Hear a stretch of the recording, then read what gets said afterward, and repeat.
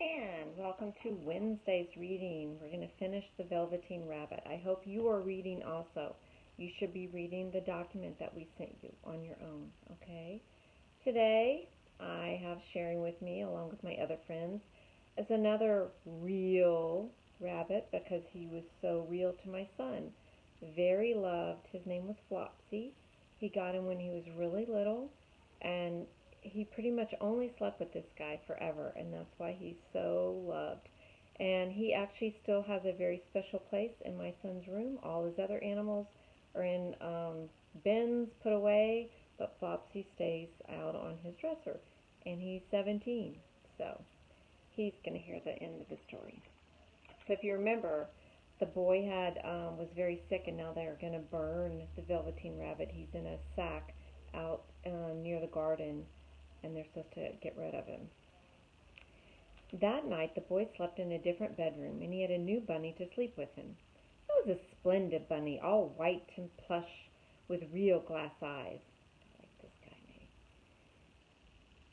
But the boy was too excited to care about very much, for tomorrow he's going to the seaside, and that in itself was such a wonderful thing he could think of nothing else. And while the boy was asleep, dreaming of the seaside, the little rabbit lay among the old picture books in the corner behind the fowl house, and he felt very lonely. Fowl house. The word fowl means like chickens, so it must be out by a hen house. The sack had been left untied, and so by wriggling a bit he was able to get his head through the opening and look out. He was shivering a little, for he had always been used to sleeping in a proper bed, and by this time his coat was so worn and thin and threadbare from all the hugging that it was no longer any protection to him.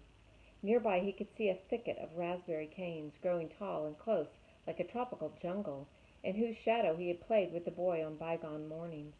He thought of those long sunlit hours in the garden, how happy they were, and a great sadness came over him. He seemed to see them all pass before him, each more beautiful than the other. The fairy huts and the flower beds, the quiet evenings in the wood when he lay in the bracken and the little ants ran over his paws, the wonderful day when he first knew that he was real. He thought of the skin horse, wise and gentle, and all that he had told him. Of what use was it to be loved and lose one's beauty and become real if it all ended like this? And a tear, a real tear, trickled down his shabby little velvet nose and fell to the ground. But then a strange thing happened. For where the tear had fallen, a flower grew out of the ground. A mysterious flower, not at all like any that grew in the garden. It had slender green leaves the color of emeralds, and in the center of the leaves a blossom like a golden cup. It was so beautiful that the little rabbit forgot to cry. He just lay there watching it, and presently the blossom opened, and out of it stepped a fairy. She was quite the loveliest fairy in the whole world. Her dress was of pearl and dewdrops.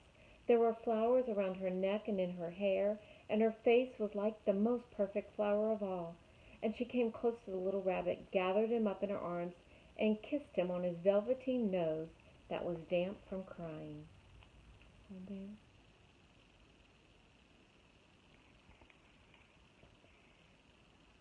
Little rabbit, don't you know who I am?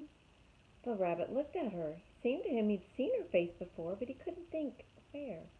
I'm the nursery magic fairy, she said. I take care of all the playthings that the children have loved, and when they are old and worn out, and the children don't need them any more, I come and I take them away with me and turn them into real. Wasn't I real before? Asked the little rabbit.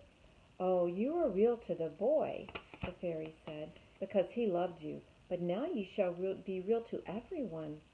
And she held the little rabbit close in her arms and flew with him into the wood. It was light now, for the moon had risen. All the forest was beautiful, and the fronds of the bracken shone like frosted silver. And in the open glade between the tree trunks, the wild rabbits danced with their shadows on the velvet grass. But when they saw the fairy, they all stopped dancing and stood around in a ring to stare at her. I've brought you a new playfellow, the fairy said. You must be very kind to him.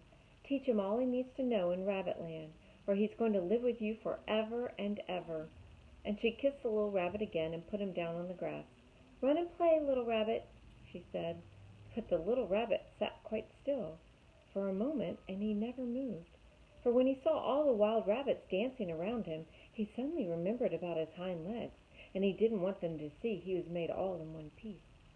He did not know that when the fairy kissed him the last time, she had changed him altogether, and he might have sat there a long time, too shy to move, if just then something hadn't tickled his nose, and before he thought what he was doing, he lifted his hind toe to scratch it. So if you think about it, all of a sudden he's lifting his back leg to scratch. And he couldn't do that before, remember? The legs were attached. He found he actually had hind legs. Instead of dingy velveteen, he had brown fur, soft and shiny. His ears twitched by themselves, and his whiskers were long, so long they brushed the grass. He gave one leap, the leap of joy, using those hind legs. It was so great, he went springing about the turf on them, jumping sideways and whirling around as the others did. And he grew so excited that when he at last did stop to look for the fairy, she had gone. He was a real rabbit at last, and at home with the other rabbits.